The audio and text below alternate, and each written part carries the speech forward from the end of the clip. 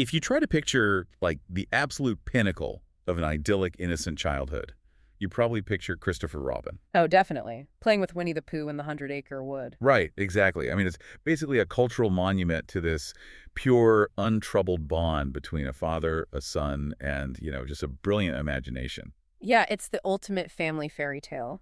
But what you probably don't picture is the real Christopher Robin growing up and completely severing ties with his father, A. A. Milne. Wow. Yeah, most people have no idea about that. No idea. He publicly accused his dad of exploiting his childhood to achieve fame. He said it left him with nothing but an empty name. That is just, I mean, it completely shatters the mythology we instinctively build around family, right? Completely. The boy who inspired the ultimate family fairy tale was totally estranged from his own family. And it gets even darker. His mother was actually so furious about this estrangement that she refused a deathbed reconciliation with him. Wait, really? On her deathbed? Yeah, she just wouldn't see him. And, the Milne family secret isn't just some anomaly of fame. It's this incredibly guarded human reality that millions of people are navigating in total silence. And that is exactly what we are diving into today, this hidden epidemic of family estrangement. It's such a heavy topic, but so necessary. Right. We want to look at that agonizing territory between a relationship rupturing and the seemingly impossible task of repairing it. Yeah. And really get into the actual mechanical anatomy of forgiveness. And we have a really brilliant stack of sources to guide this deep dive today. Yeah, tell us what we're working with. So on the empirical side, we're looking at the Cornell Estrangement and Reconciliation Project, which was led by family sociologist Dr. Karl Pillemer. He actually conducted the first comprehensive national survey on family rifts. Which is wild that it was the first. I know. And we are interweaving those rigorous sociological findings with these profound theological insights from a multi-faith spiritual care conference. Bringing in the religious perspective, too. Exactly. We have perspectives from Rabbi Frederick L. Klein, Reverend Renwick Bell, and Professor Iqbal Akhtar.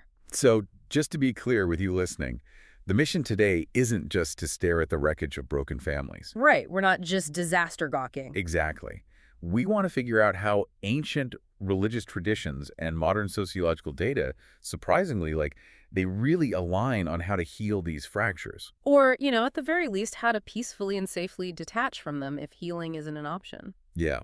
But to understand the solutions, I feel like we first have to grasp the sheer terrifying scale of the problem. Oh, the scale is staggering. When Dr. Pillemer began his research, he noted that the topic of family estrangement was essentially a ghost in the academic world. A ghost? Yeah, you could look through these massive, comprehensive textbooks on family therapy and find literally 0 index entries for family estrangement. That is crazy. So therapists weren't even being formally trained on it. Basically, no. And Pillemer's data totally upends the societal narrative we have that family bonds are just unbreakable by default. Right, because you read his numbers and realize this isn't some rare fringe thing happening to a tiny fraction of troubled households. Not at all.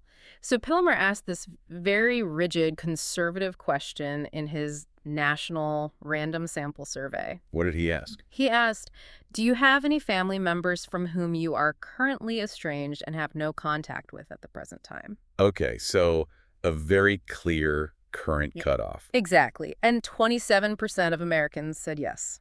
Wait, sorry, 27%? Yeah, 27. That is over 65 million people. It's massive. I mean, if you're standing in a grocery store line with 10 people, statistically, 3 of them are carrying this weight right now.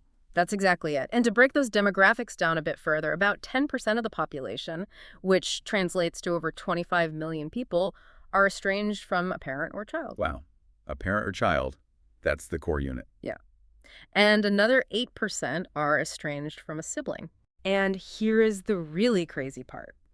When the researchers filtered the data to ask if this estrangement had gone on for more than a year, and if it was currently upsetting to them, the numbers barely dropped. Meaning it's not just a temporary fight where people stop talking for a week. Right. It implies a massive chronic condition. But, okay, if 65 million people are walking around with this chronic condition, it really makes you wonder why it feels so invisible. Oh, absolutely. Like if 65 million people had a specific type of chronic back pain, we would have telethons, right? You'd have awareness ribbons and support groups on every corner. Well, that's where Pillemer's qualitative interviews come in. They highlight this intense, suffocating social stigma around the issue. The shame of it. Exactly. People described living under this black cloud of shame and embarrassment because society has this deeply ingrained bias, right? Yeah, this underlying assumption that if your own family, Mm. the people biologically obligated to love you, if they don't want to speak to you, there must be something fundamentally defective about you. Exactly. People hide the reality just to avoid the judgment of their neighbors or coworkers. But the pain of this isn't just about feeling judged or, missing an awkward Thanksgiving dinner. No, it goes so much deeper than that. The sources discuss this concept of interpersonal rejection and how it actually registers in the human brain as severe trauma. Yeah, it's an evolutionary response. Right. Because we have these biologically based attachments forged over hundreds of thousands of years of evolution. I mean, we are primates. We need our pack. Exactly. For most of our evolutionary history, if your pack kicked you out, you died. You either starved or you were hunted. So your body physically reacts to the rejection? Yeah. So when a parent or a sibling cuts you off today, your nervous system isn't just processing sadness. It is processing an existential threat. Your biology reacts as if your survival is in immediate jeopardy. And the physiological response to family rejection actually mirrors the response to physical injury. Which brings us to a psychological concept that makes estrangement uniquely agonizing, even compared to other forms of loss. It's called ambiguous loss, developed by a researcher named Pauline Boss. Ambiguous loss. So, how is that different from regular grief? Well, with death, there's a biological end. You have a funeral, a socially recognized mourning period, and a structure to the grief. Closure, basically. Exactly. But ambiguous loss happens when a person is physically absent, but psychologically present. Oh, man. It's exactly like having a really heavy app running in the background of your smartphone. That is a perfect analogy. Right, like you might be trying to go about your day, answering emails or making dinner, but this unresolved situation is just silently, constantly draining your battery. Draining your emotional battery, yes. Because you don't know if they're coming back, you don't know if they're safe, you don't know if you should keep trying to reach out or just finally give up. And human psychology inherently craves cognitive closure. Yeah. We naturally want to move towards certainty. Even if it's bad certainty. Right. A definitively bad outcome, like a death, allows the brain's cognitive machinery to begin the healing and acceptance process. Estrangement deprives the brain of that closure. It's just endless limbo. Yeah, and that hope of reconciliation, mixed with the ongoing pain of the rejection, it keeps the nervous system trapped in a chronic stress loop. That sounds exhausting. It is. Pillemer actually noted something fascinating from his earlier research on older people. He found that one of the most common regrets expressed by people in their 80s and 90s wasn't about business failures or, not traveling enough. What was it? It was unresolved family estrangements. Wow. Yeah. It is a wound that the brain just refuses to close. Okay, so if 65 million people are carrying this running background app, what is causing the system crash in the first place? Well, looking at Pillemer's data, estrangement seems to fall into two main categories: the inevitable and the accidental. Let's break those down. The inevitable and the accidental. So that's an effective way to categorize the four primary pathways to fracture that his sociological data identified. Okay, what's in the inevitable bucket? That includes what he terms the long arm of the past. This involves severe childhood trauma, emotional, physical, or sexual abuse, or just extremely harsh and rigid parenting. Got it. So these are family foundations that were fundamentally cracked from the very moment the concrete was poured. Exactly. And in those severe cases, detachment is not a failure. It is a vital survival mechanism. Right, obviously. But the other pathways feel more like a perfectly fine house that just randomly gets hit by a tornado. Those are the accidental triggers. And the second pathway is a huge one: divorce and in-laws. Oh, yeah, I can see that. They make up a massive percentage of estrangements. We see situations where non-custodial parents slowly become detached over decades, or adult children harbor this deep, unresolved resentment toward a parent for a divorce that shattered their childhood. And the in-law dynamic is notoriously tricky, too. Incredibly common. You have scenarios where a new spouse systematically alienates a person from their family of origin, or the reverse. The family simply refuses to accept the new spouse, forcing this volatile dynamic of divided loyalties. It becomes this awful zero-sum game of it's me or them. And whoever issues that ultimatum usually ends up losing. Yeah, nobody wins that game. Yeah. Okay, so what's the third pathway? The third is money and inheritance. Ah, of course. It's always about money. Well, people constantly say it's about the money, but looking at Pillemer's research, it is rarely about the literal dollar amount. Really? Then what is it about? It's about what the money signifies. So imagine a parent leaves a larger portion of their estate to the child who served as their primary caregiver for the last 10 years of their life. Okay, mathematically and logically, that is entirely fair. Right. But to the other siblings, it doesn't feel equal. If there isn't transparent communication before the parent passes away, that perceived lack of fairness registers as a final, permanent verdict on who the parent truly loved more. Oh, wow. It becomes an unarguable final statement of value. Exactly. A literal appraisal of their worth in the family. That is heartbreaking. And the fourth pathway. The fourth pathway involves profound value differences. You know that cultural trope that opposites attract? Sure, yeah. Well, in close, long-term human relationships, alignment of core values is actually crucial. That makes sense. So when those values drastically diverge, things fall apart. Right. Whether it's someone leaving a strict religious tradition, adopting a fundamentally different lifestyle, or parents rejecting a child's LGBTQ identity, the rift can become completely insurmountable. Because it hits at the core of who you are. Reverend Dell actually discussed his work dealing with children who were disowned by their parents over their sexual orientation. In those cases, the ideological and theological divide literally overrides the biological bond. It's devastating.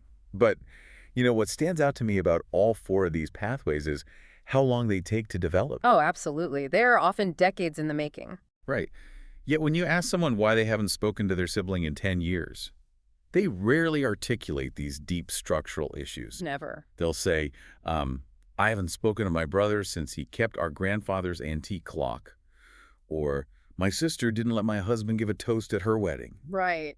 To an outside observer, these sound like incredibly petty, ridiculous grievances to lose a family member over. But sociologists refer to these moments as transformational relationship events. Transformational relationship events. Explain that. So to the outside world, it's just a clock. But to the estranged sibling, that clock represents 30 years of the brother always being favored, always taking what he wanted, and never considering anyone else's feelings. Ah, so it's the final straw in a really long, invisible cascade of friction. Exactly. The single event is merely the catalyst for the accumulated tension to finally just snap. Which creates a massive psychological hurdle for reconciliation, right? Yeah. Because both sides walk away from that final straw with entirely different memories of what actually happened. Yes. And this brings us to the trap of dual narratives. It seems to be the most stubborn roadblock in Pillemer's entire research. Because two siblings raised in the exact same house will have wildly incompatible versions of reality. Totally incompatible. One person remembers a nickname as normal, affectionate childhood teasing, and the other person remembers it as daily, sadistic, emotional abuse. How does that happen? How can two people be in the same room and remember it so differently? Well, memory is not a passive video recording that we simply play back. It is an active reconstruction, influenced by emotion, identity, and your present state of mind. Oh, interesting. Plus, siblings often occupy entirely different ecological niches within the same family structure. Like a golden child versus the scapegoat. Exactly. So when estrangement occurs, people naturally retreat into echo chambers. They surround themselves with friends or spouses who validate their specific narrative and confirm their status as the aggrieved party. They build a defense case. Right. And Pillemer reached a really sobering conclusion after interviewing hundreds of estranged individuals. He said, if you wait for your family member's narrative to align perfectly with yours before you attempt to reconcile, you will wait forever. Oh, man. I have to challenge this on behalf of the listener, because that sounds deeply unsettling. That is unsettling. Are we basically saying that to get your family back, you just have to swallow your pride and accept a version of reality where your pain is invalidated? Yeah. Or worse, a reality where you are framed as the villain of the story? Like, how is that fair to someone who is genuinely hurt? I mean, it fundamentally is not fair. But fairness is a temporal, earthly concept. Okay. If you demand perfect historical accuracy and perfect fairness from a flawed human being, you're essentially choosing the satisfaction of being right over the reality of being reconciled. Wow. Pillemer found that the people who successfully mended their family rifts had to abandon the hope of a shared past and focus entirely on negotiating a shared future. That is an incredibly bitter pill to swallow. I mean, giving up on a shared past. It's the exact pivot point where sociological pragmatism reaches its absolute limit. Meaning sociology can only take us so far. Right. Sociology provides the data on what mechanically works to stop the bleeding in a relationship. But to deal with the spiritual and emotional unfairness of that compromise, we have to look to the theology. Okay, let's bring in the theologians then. All three religious traditions represented at the conference teach that to navigate this inherent unfairness, we have to completely decouple two concepts that modern culture treats as synonyms: Which are? forgiveness and reconciliation. Oh, yeah. We definitely use those interchangeably all the time. Like if I say, I forgive you, society expects that to mean we're going out for coffee tomorrow and the relationship is fully restored. But the theologians argue that conflating the two is actually spiritually dangerous. Really? How so? Reverend Renwick Bell, presenting the Christian perspective, clarified that forgiveness is an unconditional, internal, individual act. Individual. Meaning I do it alone. Exactly. It's a deliberate process of letting go of resentment and the desire for vengeance, primarily for your own personal healing. Okay. And reconciliation. Reconciliation, however, is a mutual, conditional process. It absolutely requires the offender to demonstrate accountability, behavioral change, and repentance. Oh, I love that distinction. So forgiveness is something I can do alone in my room, prioritizing my own peace of mind, without ever actually restoring the relationship with the person who harmed me. Precisely. And Rabbi Frederick L. Klein brings this out forcefully from the Jewish perspective, citing the great philosopher Maimonides. What does Maimonides say? Well, Judaism views holding a grudge as an act of sin. Leviticus pairs the commandment against taking vengeance with the commandment to love your neighbor. Okay. And the Talmud uses this brilliant, highly specific illustration to differentiate vengeance from bearing a grudge. Oh, the tool example. I remember this from the sources. Let me see if I have it right. Go for it. So if I ask to borrow your hammer, and you refuse, then the next day, you ask to borrow my sickle. If I say no because you didn't lend me your hammer yesterday, that is vengeance. Right. Eye for an eye. But if I say, here is my sickle, I am not petty like you were yesterday, the Talmud says that is bearing a grudge. Exactly. Because you performed the correct action by lending the tool, but you held on to the moral superiority. Yeah, you gave the tool but kept the anger. I love how specific that is. True forgiveness requires dropping the ego entirely. But Rabbi Klein emphasized a crucial caveat here. What's the caveat? This does not mean Judaism advocates blindly forgiving an unrepentant person in a way that excuses moral protest. So you can't just be a doormat. Right. Unconditional forgiveness internally does not mean unconditional reconciliation externally. Mercy requires accountability. Otherwise, you're simply enabling further injustice and participating in the degradation of your own dignity. Wow. Participating in the degradation of your own dignity. That is powerful. And Professor Iqbal Akhtar introduced a concept from Islam that takes this idea of accountability and elevates it to a staggering theological level. Okay, let's hear the Islamic perspective.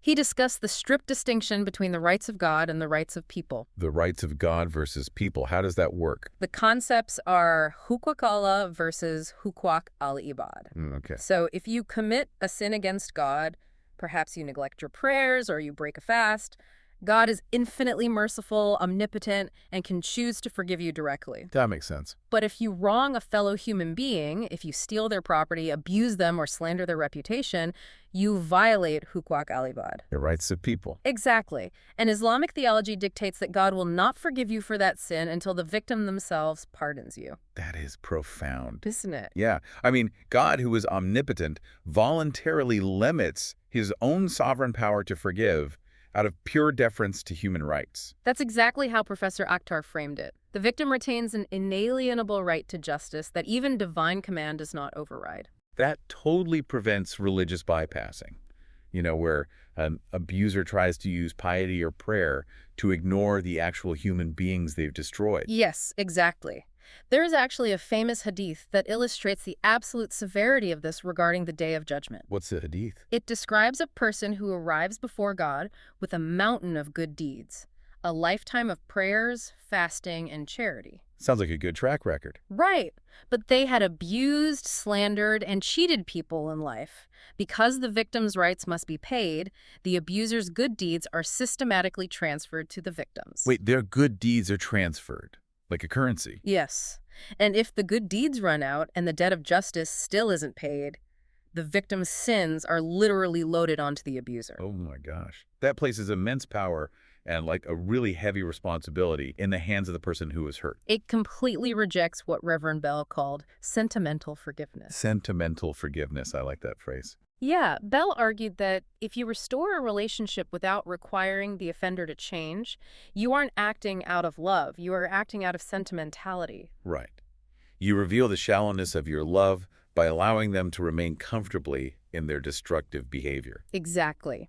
So, to synthesize this untangling we've just done, forgiveness is essentially canceling a debt in your own internal accounting ledger so you can stop obsessing over the math, close the book, and finally sleep at night. Right.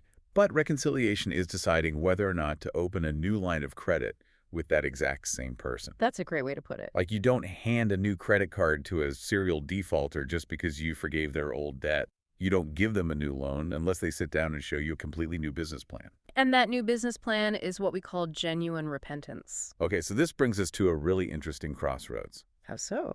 Well, this is where the modern sociological data and the ancient theology run headfirst into this fascinating contradiction regarding the mechanics of how people actually repair these relationships. Ah, yes, the apology trap. Right, because if we need a new business plan to reconcile, you would naturally assume step one is demanding a sincere apology. Sure. But Pillemer's sociological research found that people who actually managed to put their estranged families back together largely had to completely abandon the need for an apology. It sounds crazy, right? It does.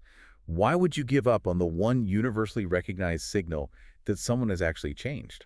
Because of the unique, totalizing nature of family estrangement. Totalizing. What do you mean? Well, when siblings are estranged, or a parent and child, the grievance is rarely about a single, isolated event. Like we talked about with the grandfather clock. Exactly. The estranged person isn't asking the offender to apologize for keeping the clock. They are demanding the offender apologize for who they fundamentally are. Oh, I see. An estranged child is often asking a parent to admit that their entire parenting style, their entire adult personality, was a toxic failure. Which obviously no human being is going to do. Asking someone to invalidate their core identity or admit that their entire life's effort was abusive, that triggers the ultimate psychological defensiveness. It does. And Pillemer subjects found that demanding that level of comprehensive apology just entrenches the dual narratives even further. Right, everybody just digs their heels in. So sociology says, to achieve practical peace in the real world, you must drop the demand for a historical apology and focus purely on negotiating future behavior. Okay, but how does that square with the theologians? Because they were adamant that without repentance, reconciliation is practically a sin. Right. And to understand that, we have to look at how theology actually defines repentance. Okay.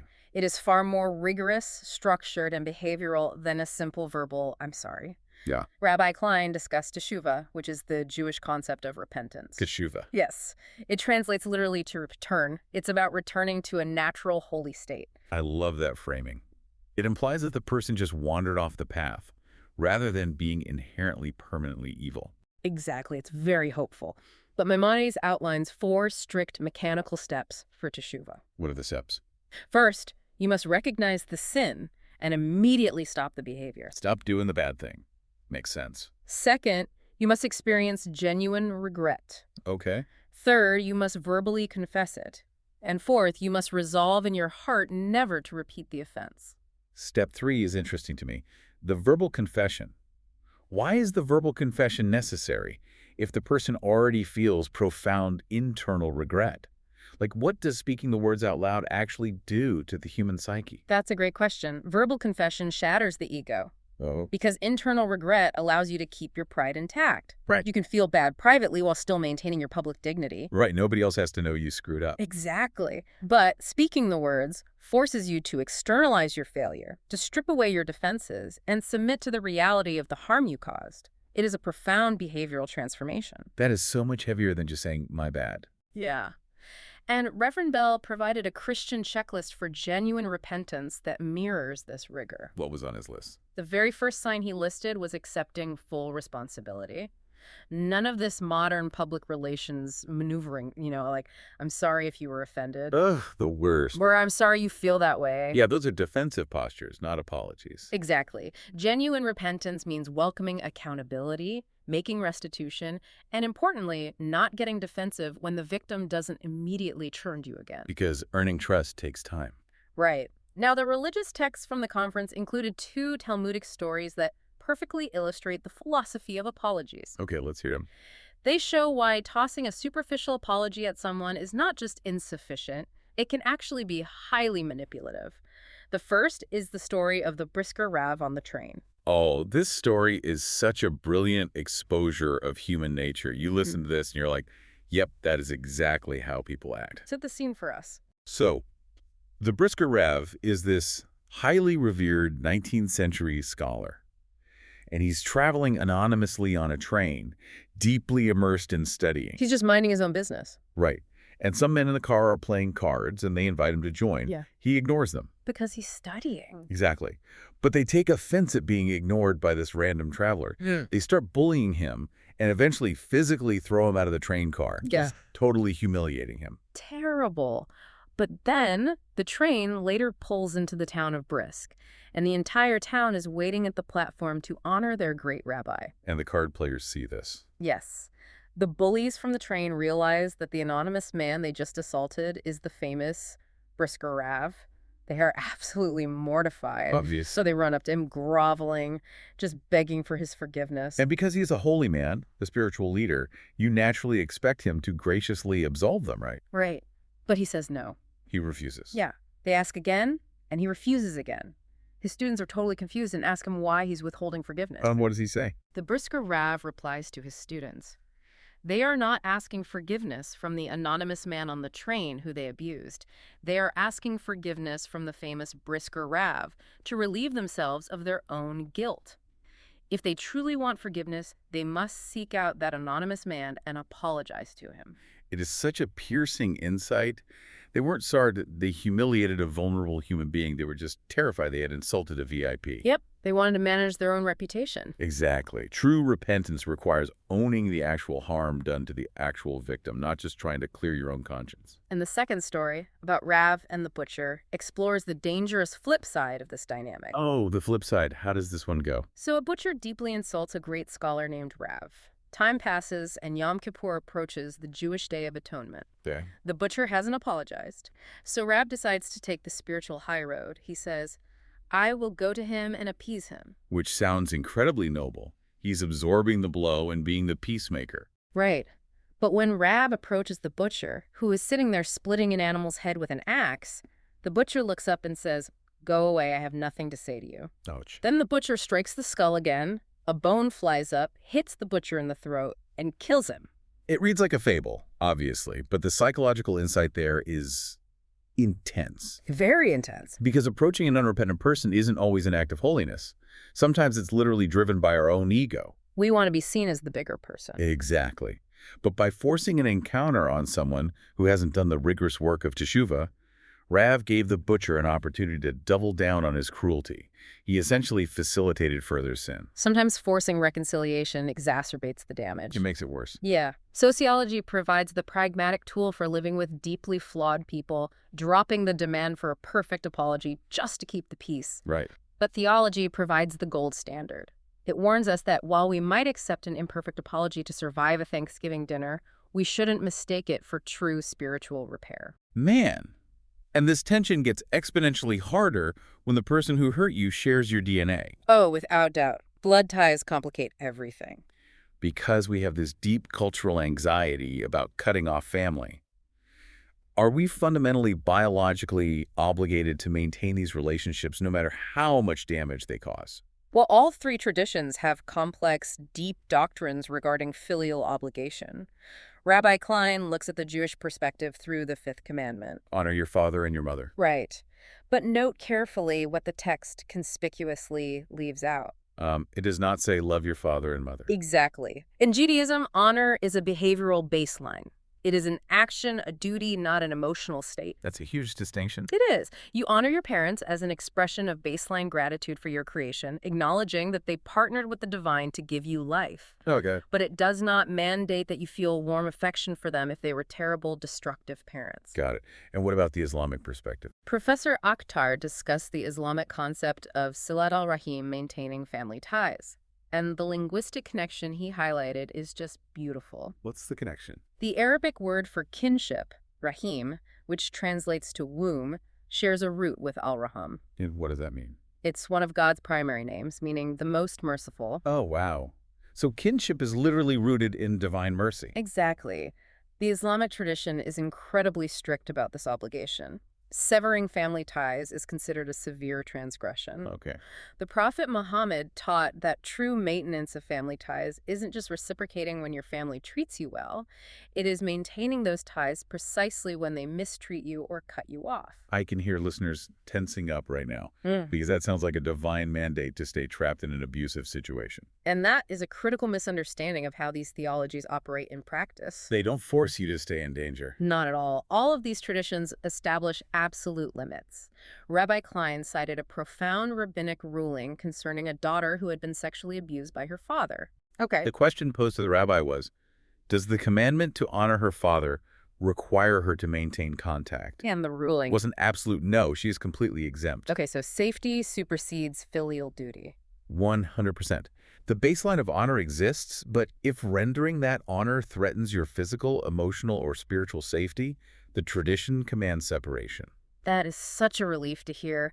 But, in modern culture, we treat the word toxic like a catch-all buzzword for annoying. We do. We've totally pathologized normal human friction. Right. If a relative is a true biohazard-like, abusive, manipulative, dangerous, of course you evacuate. You cut contact. Yes. But if they just give you an emotional allergic reaction, like they're critical, they complain too much, they have wildly different politics, maybe you don't need to evacuate the building. Maybe you just need to wear gloves. Wearing gloves is the perfect way to describe Pillemer's distinction between setting boundaries and setting terms. What's the difference? Because modern therapy speak always encourages us to set boundaries. True, but vague boundaries fail miserably in estranged families. Why is that? Well, think about it. If you tell an estranged mother, I need you to respect my boundaries and stop being toxic, she has no idea what you mean. Right, because in her mind, she isn't being toxic. She's just trying to be helpful or speaking her truth. Exactly. Vague boundaries just lead to endless arguments about the definition of the words. So what are terms then? Setting terms is like giving someone a highly specific behavioral instruction manual. I like that. Terms are purely actionable and objective. So instead of saying, stop being toxic, you say, if you criticize my spouse's parenting while you are in our house, I will ask you to leave immediately. Very clear. Very enforceable. Or, you can visit your grandchildren, but you must stay in a hotel, not in our guest room. It completely removes the emotional debate and focuses purely on mechanics. Right. It allows you to maintain the biological and spiritual tie to fulfill Salat al-Rahim without absorbing the damage. But let's be entirely realistic for a second. If someone refuses to apologize, and you have to wear emotional gloves and set strict behavioral terms just to tolerate a 30-minute phone call with them, Yeah. why bother forgiving them at all? Like, why do the heavy lifting for someone who isn't even trying? This brings us to the zenith of the spiritual framework.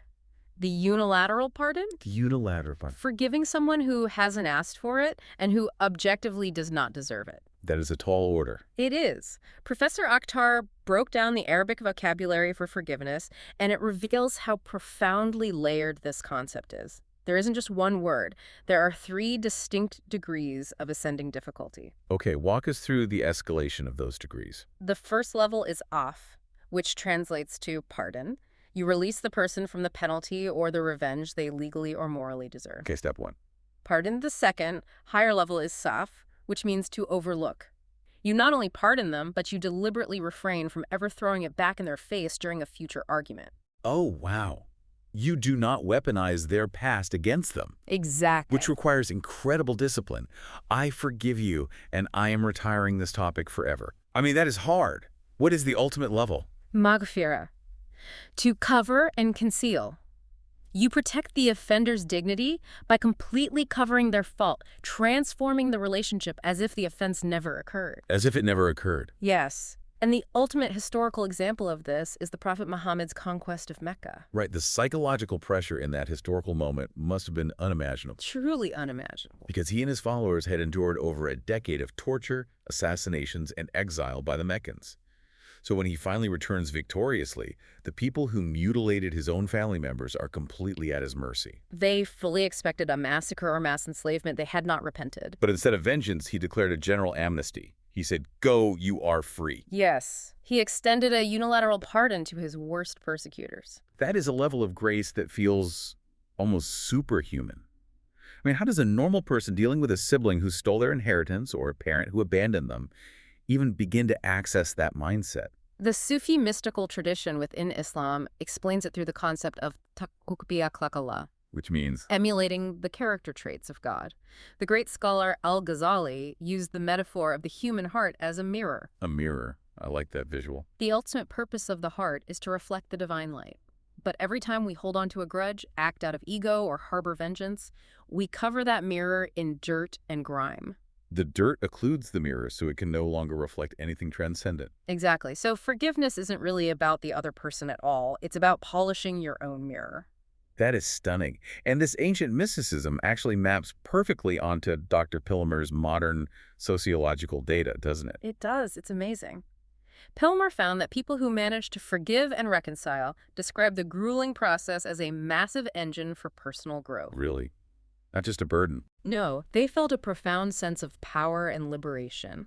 One subject described the feeling of unilateral forgiveness as finally taking off a 40-pound backpack they hadn't realized they were carrying for 20 years. A 40-pound backpack. Wow. You do the grueling work of forgiveness not to absolve the offender, but for your own spiritual hygiene. You polish the mirror so you can breathe again. Exactly. When we forgive unilaterally, dropping the demand for cosmic fairness, we are actually participating in the divine patience. God is constantly carrying our burdens while we figure our stuff out. Right. So unilateral forgiveness is us offering that same profound patience to our deeply flawed families. We are participating in the mechanics of grace. We have covered some intense, deeply human territory today.